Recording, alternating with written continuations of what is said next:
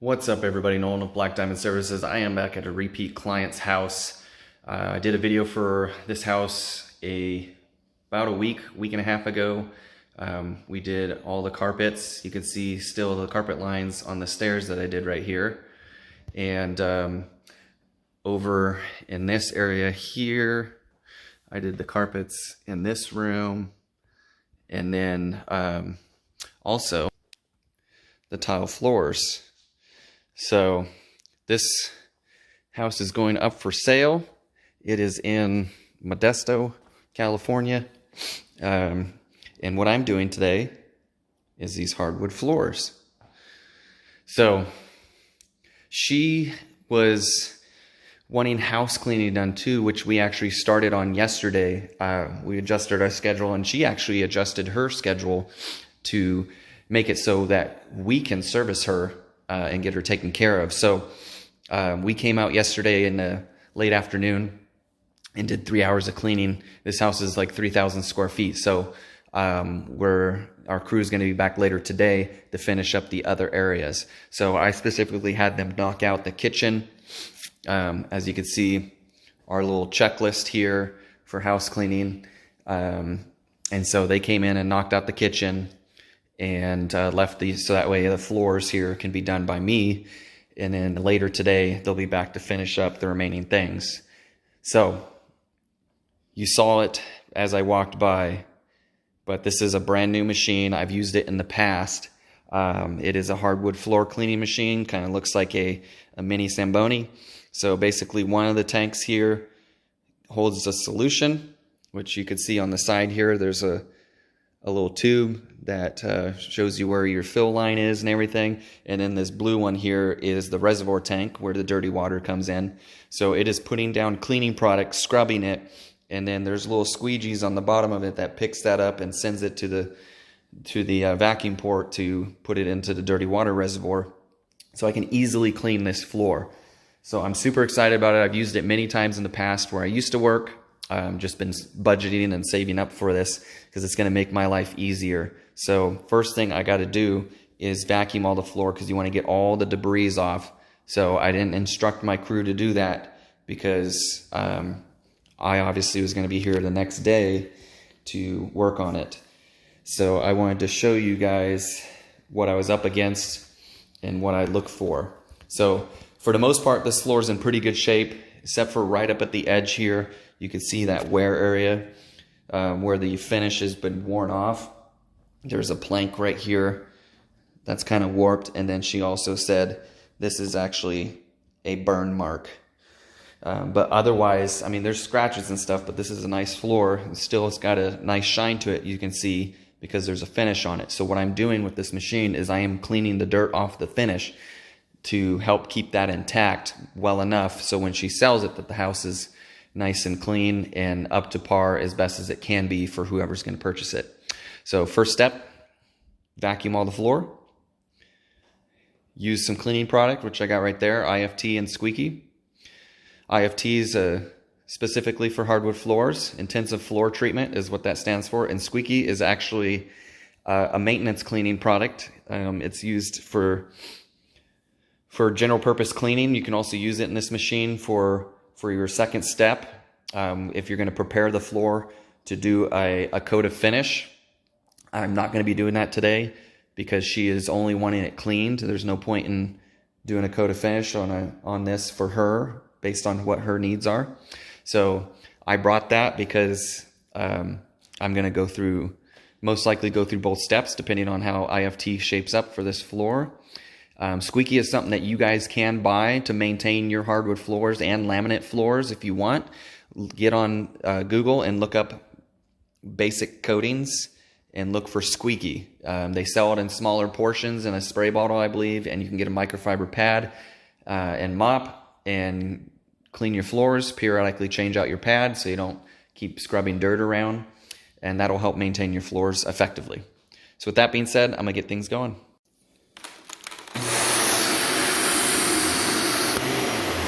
Alright, so the lovely thing about this vacuum is it has a setting for hard floors. So that way, down there, the little spinner doesn't go that fast, so it won't throw things around, it'll actually pick them up.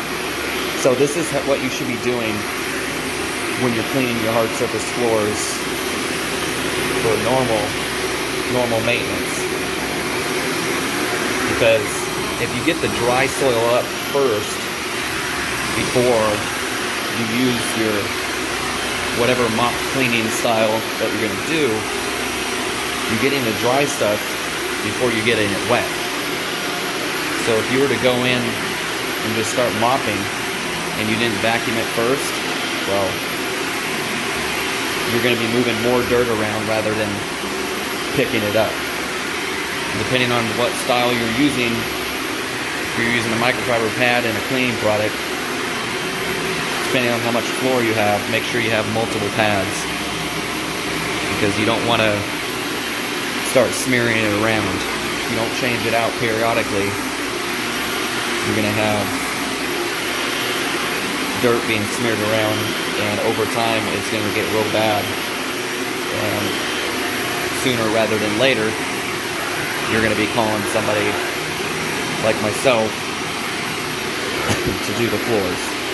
So always dry vac your floors to prepare them for the proper cleaning.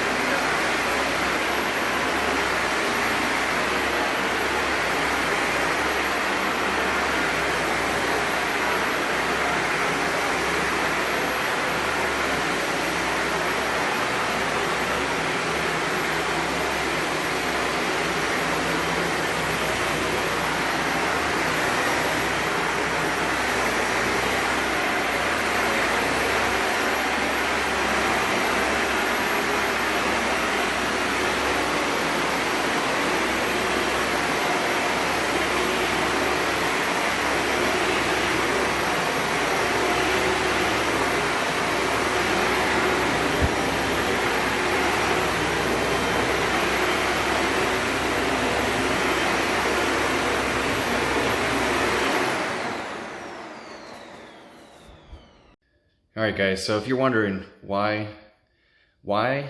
did I vacuum this floor first if I'm going to be using a professional cleaning machine? So as you can see, I have it set up. This isn't a large area, so I didn't fill it up all the way. So Basically, the reason why I vacuum even with this machine first is because there are scrubbing brushes on the bottom. All right, so when you're dealing with hardwood floors, you could potentially have some that are not very scratch resistant. So the purpose of getting that dry soil off there is so that way when the brushes are going over the floor, it's scrubbing the floor and not scrubbing grains of sand on the floor. So therefore kind of acting like potentially like sandpaper. So I don't want to add any scratches to the floor and worsen the situation. So that's why I pre-vacuumed. So let's get this bad boy fired up. So first thing you do is you turn on this switch here. That activates the main fan. Next one here is the cleaning agent, and then the last one here. So see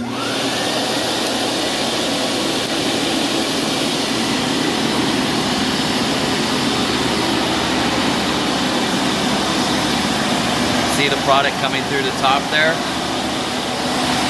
So, and when possible, you want to do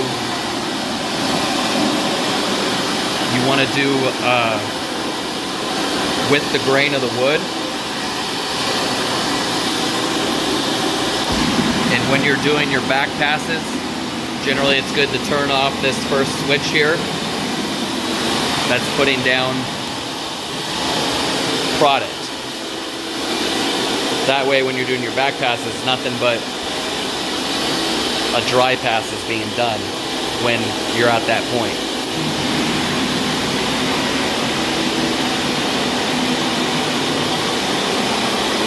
So I'm doing slow, overlapping. You see if you stop long enough, you get a little bit out the side there. So it's good to just do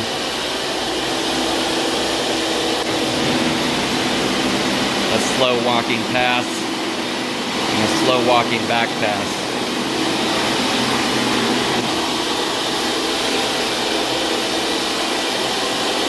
This is literally the first time I've used this machine while videotaping, so bear with me here.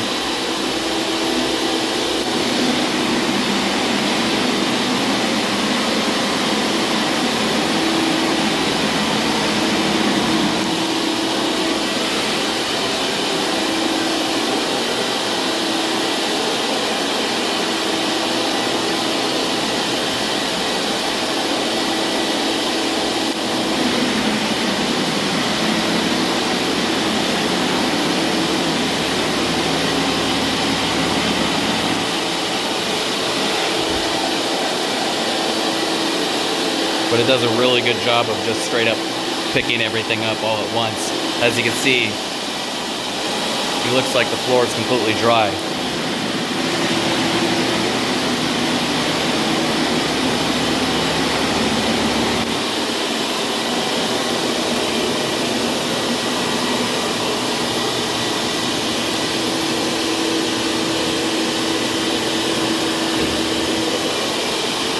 So you got sun damage right at the edge there.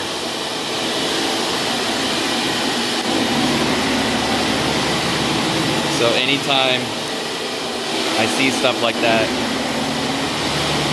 even though it's obvious,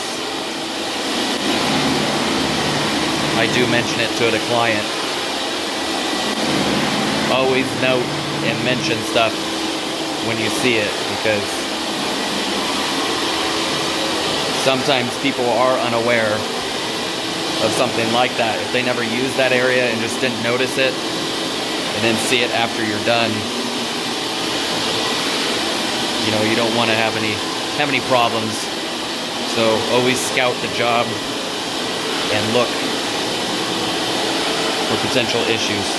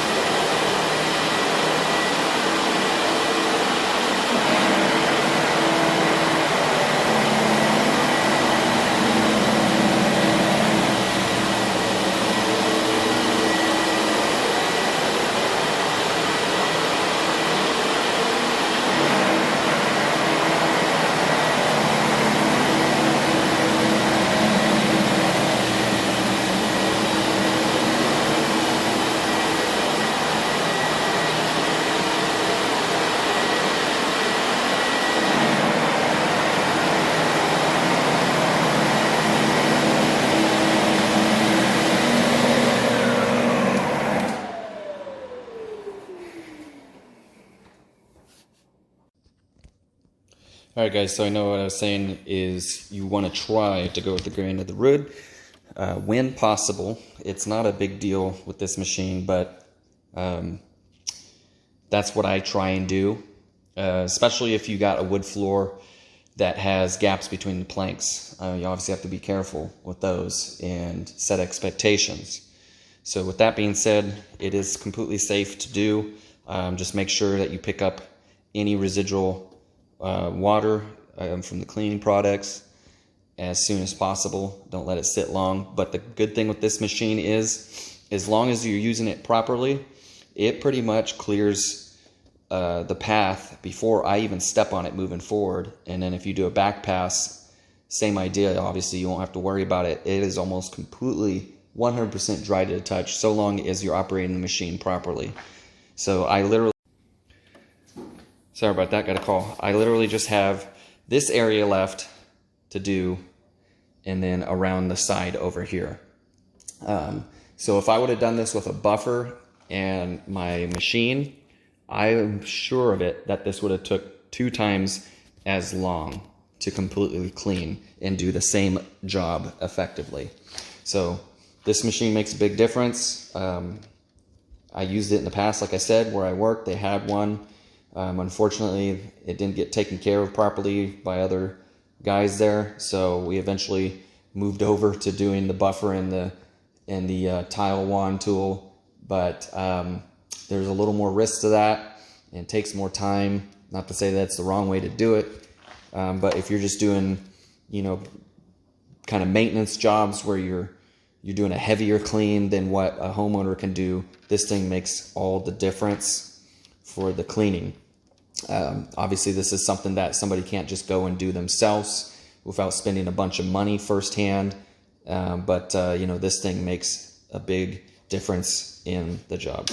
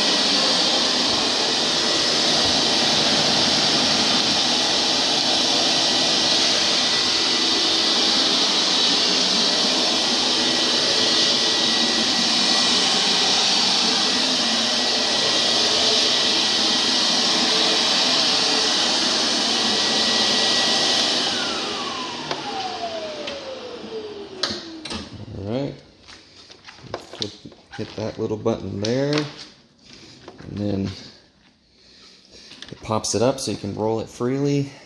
The reason why you want to do that is because hitting buttons here. So now I gotta drop it and pick that up. Doing things one-handed, a little harder.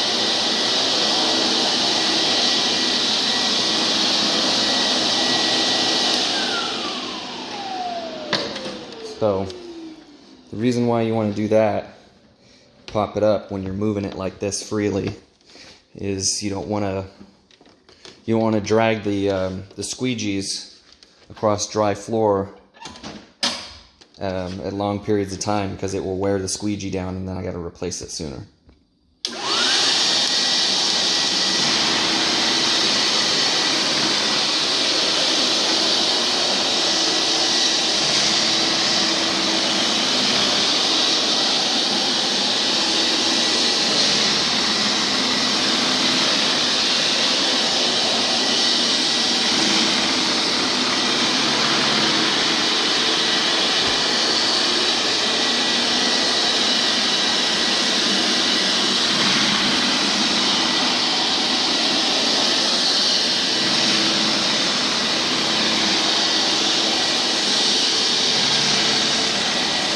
overlapping an area already cleaned on purpose.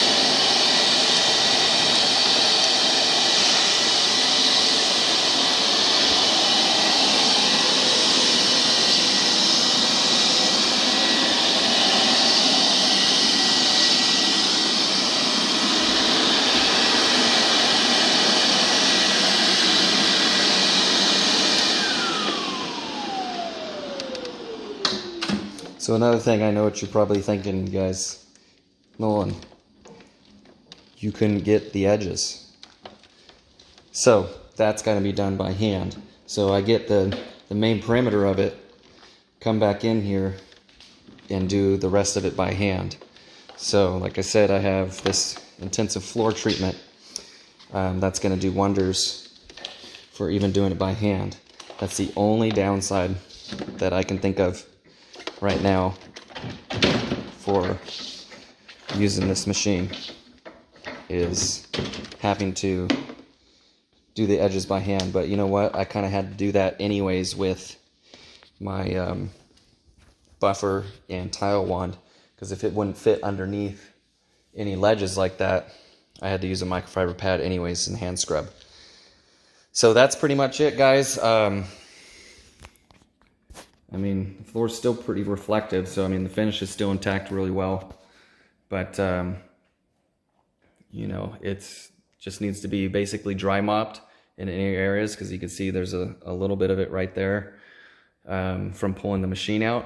So I'm going to dry mop this and clean the edges and all that, and then I'll be pretty much good to go. I mean, this could have easily been 3.5 hours if I would have done the buffer and rinsing it, because I got to put down the product that I use in this machine, use the buffer and scrub it, then move the buffer completely out of the way, and rinse, do a light rinse with the tile wand. And if you think about it, I mean, that's a lot of effort when this does it all in one. Scrubs it, puts product down, picks it up. So big difference.